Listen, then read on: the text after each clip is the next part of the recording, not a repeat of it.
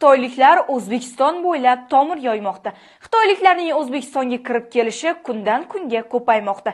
Endi ular hatto mahallalarga joylashishni boshlashgani aytilmoqda. Ko'chalarda rus tilida osishga ruxsat berilmagan reklamalar o'rnida bugun Xitoy reklamalari osilgan. Bozorda olinadigan tovarlarning ham deyarli 90% Xitoy tovarlari. Ular yaxshigina joylashdi.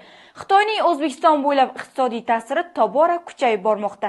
Bu bir tomondan investitsiyalar, texnologiya va infratuzilma sohalarida yordam berish, ish o'rinlari yaratish kabi ko'rinishlarda taqdim etilsa-da, ikkinchi tomondan uning iqtisodiy faoliyati mahalliy korxonalar uchun raqobatni qiyinlashtiradi, mehnat bozorini siqib chiqaradi va mahalliy ishlab chiqaruvchilarni zararli sharoitlarga olib keladi. Xitoylik bizneslar o'z mahsulotlarini import qilish orqali mamlakatimizning ichki bozorini to'ldirib, importni oshiradi va bu o'z navbatda mahalliy ishlab chiqarishni zaiflashtiradi. Bizni kuzatishda davom eting, chunki siz bilmagan sara xabarlar hali oldinda.